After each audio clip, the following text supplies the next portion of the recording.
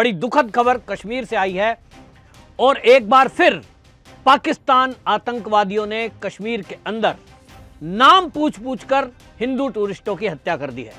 जवान जोड़ों को पूछ पूछ कर मारा गया है। पूरे कश्मीर के अंदर इसको लेकर मातम छा गया है, क्योंकि ये अक्सर नहीं देखा जाता कि टूरिस्टों पर वहां हमला किया गया हो। लेकिन जब से मोदी सरकार आई है, कश्मीर में जो टूरिस्टों की संख्या बढ़ी है, जिसने करोड़ों का आंकड़ा पार कर दिया, उससे पाकिस्तान बौखला गया कि धारा 370 हटने के बाद जो कश्मीर के हालात सामान्य हुए, उसमें जो कश्मीरी खुश है उसको पाकिस्तान सहन नहीं कर रहा। और जिस तरह से ये कायराना हत्या को अंजाम दिया गया है, आपको यह भी बता दूं कि इन टूरिस्टों में, जिनकी संख्या 20 के करीब बताई जा रही है, एक इजराइल और एक इटली का नागरिक भी मार दिया गया है। नाम पूछ करके मारा है। तो आतंकवादियों को जब पता लगा कि व्यक्ति इजराइल का है, ये व्यक्ति इटली का है, उनको भी गोली का निशाना बनाया गया। कहीं ना कहीं पाकिस्तानी आतंकवादी इजराइल के प्रति और इटली के प्रति भी ये दिखाना चाहते थे कि उन्हें कोई लगाव किसी से नहीं है, अपना नैरेटिव सेट करना है। अब इस सब को देखते हुए सरकार हरकत में आई और अमित शाह तो गुस्से में भर गए और सीधा कश्मीर रवाना हो गए हैं। वीडियो कॉन्फ्रेंसिंग के जरिए हाई लेवल की मीटिंग की गई। मोदी जी विदेश गए हुए हैं और वहीं से फोन पर बात हुई, तो यह तय कर लिया गया है कि अब आतंकवाद के खिलाफ फाइनली एक बड़ी मुहिम, एक सर्जिकल स्ट्राइक करने का समय आ गया है। तो क्या सर्जिकल स्ट्राइक होगी? क्योंकि हमने देखा था कि 2019 के बाद जो सबसे बड़ा हमला हुआ अभी तक का पुलवामा में, उसके बाद सर्जिकल स्ट्राइक सरकार ने की थी, यानी सेना ने जो सर्जिकल स्ट्राइक की थी, वो इसी तरह से बदले की बात कही गई थी मोदी के द्वारा। अब दोबारा से इस बात को रिपीट किया गया है और मोदी ने और अमित शाह ने इस बात को दोहराया है कि एक भी आरोपी को छोड़ा नहीं जाएगा। तो वो जो हत्यारे थे, जो आतंकवादी थे, वो तो भाग गए हैं, लेकिन उनकी जड़ कहां है? तो पीओजेके में जो उनके कैंप चल रहे हैं। हमेशा से ये बात उठती रही है कि जब तक उनको नेस्ता नाबूद ना कर दिया जाएगा, एक बड़ा सर्जिकल स्ट्राइक, बल्कि सेना को अंदर घुसकर उनको मारना पड़ेगा, घर घर से कलकर ढूंढकर मारना पड़ेगा, और उसके लिए हमारी सीमा को लांघना होगा। तो क्या यह समय आ गया है कि मोदी जिस तैयारी में पिछले 11 साल से लगे हुए हैं कि इस आतंकवाद को जड़ से मिटाना है। और देखिए, ये ऐसे में हमला हुआ है जब अमेरिका के उपराष्ट्रपति हमारे देश में यात्रा पर आए हैं और आतंकवाद पर प्रहार के लिए हमेशा से बात होती रही है। आपको यह बता दूं कि इस हमले पर जिस तरह से अमित शाह के हाव भाव दिखाई दे रहे हैं, आप विजुअल में देख सकते हैं कि अमित शाह किस गुस्से में दिखाई दे रहे हैं। और वो मोदी से बात होने के बाद आईबी चीफ से बात हुई है, जम्मू कश्मीर के डीजी सेना से बात हुई है, सीआरपीएफ के डीजी से बात हुई है, और उसके बाद अब यह तय कर लिया गया है कि पूरे एरिया की घेराबंदी तो करी है, अब सीमा पार जाकर सर्जिकल स्ट्राइक होने का समय आ गया है। लोग याद दिला रहे हैं कि 2019 पुलवामा के बाद जिस तरह से हमारी सेनाओं ने इस हमले का बदला लिया, यह समय आ गया है कि अब जो कश्मीर में किया गया है इसको भी बख्शा दी जाएगा। मोदी जी हर प्लेटफॉर्म पर आतंकवाद से लड़ने की बात उठाते रहे हैं, लेकिन कुछ देशों ने इस पर यह कहते हुए कि ये बैड आतंकवाद और गुड आतंकवाद की परिभाषा में उलझाया। लेकिन अब हालात बदल चुके हैं। इस समय अमेरिका में सरकार बदल गई है। डोनाल्ड ट्रंप, जो कि पहले से ही आतंकवाद के मुद्दे पर भारत के साथ हैं, मोदी के साथ हैं, और वो भी आतंकवाद को जड़ से मिटाने के लिए दुनिया की शक्तियों के साथ खड़े हैं। तो ऐसे में अब मुझे जो लग रहा है कि इस पर तुरंत अमेरिका का भी साथ मिलेगा। और जैसा मैंने बताया कि इस हमले में इजरायली नागरिक भी मारा गया है, और इजराइल के जो राजदूत हैं हमारे भारत में, उन्होंने भी एक्स पर पोस्ट लिखी है और उन्होंने इस पर काफी गुस्सा प्रकट किया है। उन्होंने इस मामले में, आपको बताऊं कि गुस्सा प्रकट करते हुए लिखा है, उन्होंने कहा, जो इजराइल के राजदूत हैं रिवियोन आजार, उन्होंने ट्वीट किया है, जम्मू कश्मीर में हुए आतंकी हमले से दुखी और स्तब्ध हूं। मैं निर्दोष नागरिकों की जान चली गई, जिसमें हमारी संवेदनाएं पीड़ितों और उनके परिवार के साथ हैं, और हम आतंकवाद के खिलाफ संघर्ष में सुरक्षा बलों के साथ हैं। ये जो कहा गया है, अब आप समझ लीजिए कि कुछ ना कुछ निर्णायक तो होने वाला है। इजराइल पहले से ही भारत के साथ है और इस मुद्दे पर, आतंकवाद के मुद्दे पर, भ्रष्टाचार के मुद्दे पर सूचना एक दूसरे को साझा करते रहे हैं। ड्रग्स के मामले में बड़ा हमला मोदी सरकार ने किया है। अब आतंकवाद को जड़ से मिटाने के लिए जो छुटपुट घटनाएं ये कश्मीर में होती रहती हैं, इस पर भी अब बड़ा प्रहार करने का समय आ गया है।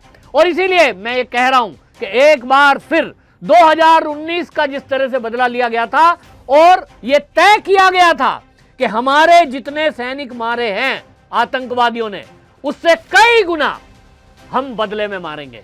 आज जो कश्मीर में हुआ है, आपको जैसा मैंने पहले कहा कि ये कभी 1990 के दशक में जब कश्मीर के अंदर आतंकवाद चरम पर था, तब भी कभी टूरिस्टों पर हमले नहीं किए गए, क्योंकि कश्मीर के अंदर टूरिज्म वही उनकी इनकम का सोर्स है। वहां होटल वाले, टैक्सी वाले, ढाबे वाले, डल लेक में नाव चलाने वाले और वहां जिस तरह से पर्यटक चाहे खच्चर चलाने वाले, वो सब कौन है? वहां कोई हिंदू नहीं रहता, वहां हिंदू मात्र नाम मात्र के लिए है।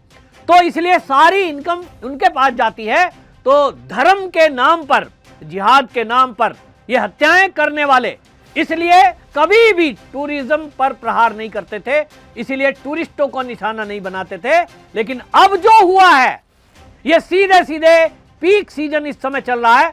गर्मियों के दिनों में कश्मीर में पैर रखने की जगह नहीं होते, होटल फुल होते हैं। और क्योंकि ये सीजन है, पूरे देश से पर्यटक वहां पहुंचते हैं, विदेशी पर्यटक वहां पहुंचते हैं। और ऐसे में जो हमला किया गया है, इसका मतलब यह है कि ये पर्यटन पे हमला है। इसको तो हम कंडेम करते हैं, क्योंकि ये जो हुआ है ये सही नहीं हुआ है, क्योंकि हमारे रोजगार इससे जुड़ा है पूरे कश्मीर वैली का। तो हम इसको पूरा कंडेम करते हैं। तो पहलगाम में सारा बंद हुआ है, पूरा पहलगाम बंद है। आप देख सकते हो, अपना कैमरामैन को आप बोल दीजिए पूरा यहाँ कैमरा घुमाए, पूरा पहलगाम बंद है। तो दुख हो रहा है ना, बहुत बहुत दुख हो रहा है हमें, क्योंकि हमारा रोजगार इसी से जुड़ा है। हम इसमें बिल्कुल पूरा हम खत्म हो गए। हमारा रोजगार इसी से जुड़ा है। हम नहीं चाहते कि ऐसे हालात हमारे पहलगाम में हो। तो लोगों का रोजगार चलता था ना, पूरे पहलगाम क्या, पूरा कश्मीर इसी पे चलता था। पूरा रोजगार हमारा इसी से जुड़ा था। आप बोलिए सर, आपका नाम? जी, हमारा नाम आदिल फारूक है। हम पहलगाम के प्रॉपर लोकल रहने वाले हैं इधर के। हम टैक्सी स्टैंड के ओहदेदार हैं यहाँ पे। जी जी बिल्कुल। तो क्या कैसे देखते हैं आप इसको? जी, इसके मतलब जो ये हुआ है, इंसिडेंट हुआ यहाँ पे, हम इसको कंडेम करते हैं। बहुत ही बुरा है, ऐसा नहीं होना चाहिए। मतलब इंसानियत के खिलाफ है ये चीज, नहीं होना चाहिए। टूरिज्म खत्म हो गया, इससे तो टोटल लॉस हो गए, हम भी लॉस। मतलब इसमें हमारा जो रोजगार चलता था बिल्कुल भी नहीं होगा। हम भी मतलब अब गुर्बत में आ जाएंगे। इससे अच्छा नहीं लगता है, ऐसा नहीं होना चाहिए। बहुत दुख है, अभी बहुत मायूस है हम लोग, बहुत मायूस, बहुत ज्यादा मायूस है हम लोग। पाकिस्तान की आर्मी टेररिस्ट भेज रही है, उन्हीं रूट से भेज रही है, वहीं पे आ रहे हैं और उनको स्लीपर सेल्स रिसीव करते हैं, वीआईपी ट्रीटमेंट मिलती है और वो बड़े आराम से रहते हैं और फिर निकल जाते हैं। या गोली लग गई तो मर जाते हैं, नहीं तो निकल जाते हैं। क्यों हो रहा है ये सारा का सारा रिलीजियस डिवाइड का खेल है। हिंदू मुस्लिम के जो दरार डाली गई है उसका खेल है। कश्मीर उससे बना था, कश्मीर की प्रॉब्लम उससे है। हमारी इंडिपेंडेंस भारत की इससे हिंदू मुसलमान डिवाइड से हुई थी। और सारा आतंकवाद जो है ये रेडिकल इस्लाम चला रहा है। मैं माइंड यू नॉर्मल इस्लाम नहीं, हमारे भारत में जो नॉर्मल इस्लाम के लोग हैं वो भारत हमसे भी ज्यादा लॉयल हैं हिंदुस्तान के लिए। वो हम उनकी मदद हमको लेनी चाहिए, उनके साथ बैठ के संगठित होकर बात करना चाहिए और फिर इस पूरी प्रॉब्लम को समझना चाहिए। ये है सबसे बड़ी बात। क्या होता है, टेररिस्ट बॉर्डर के एरिया से अंदर आते हैं उसी जगह से जो यहां से आ रहे हैं। 8-10 किलोमीटर दूर बॉर्डर से उनके फॉर्मिंग अप एरियाज होते हैं। वहां पाकिस्तान आर्मी के हैंडलर्स उनको लॉन्च करते हैं और फिर वो अंदर आते हैं, स्लीपर सेल उनको रिसीव करते हैं और वो अपने काम को अंजाम देते हैं। इस काम को अंजाम देने के लिए वो कुछ दिन पहले आ गए थे, आराम से उन्होंने प्लान किया, सब कुछ करके अपना कार्यक्रम को अंजाम दिया। ये तो ठीक है, इसको दूर करने का तरीका ये है कि आप तो पहले अपनी सिक्योरिटी फोर्सेस एक कमांड एंड कंट्रोल में होनी चाहिए। पूरी जम्मू एंड कश्मीर के एरिया में एक कमांड एंड कंट्रोल। और फिर प्रॉब्लम उसकी आती है कि कई जो फोर्सेज होती हैं वो नहीं चाहती कि उनकी डायरेक्टर जनरलशिप चली जाए, वो आर्मी के अंडर आ जाएं या किसी और कमांडर के अंडर में आ जाएं। टर्फ हैंडलिंग जिसको कहते हैं, अपनी टर्फ को बचा के रखना चाहते हैं। पॉलिटिकल उसके एंगल आ जाते हैं बीच में, ब्यूरोक्रेसी, फौज के, आईपीएस, पुलिस और फौज के बीच में संघर्ष की बातें शुरू हो जाती हैं। एक तो ये बड़ी बड़ी प्रॉब्लम है।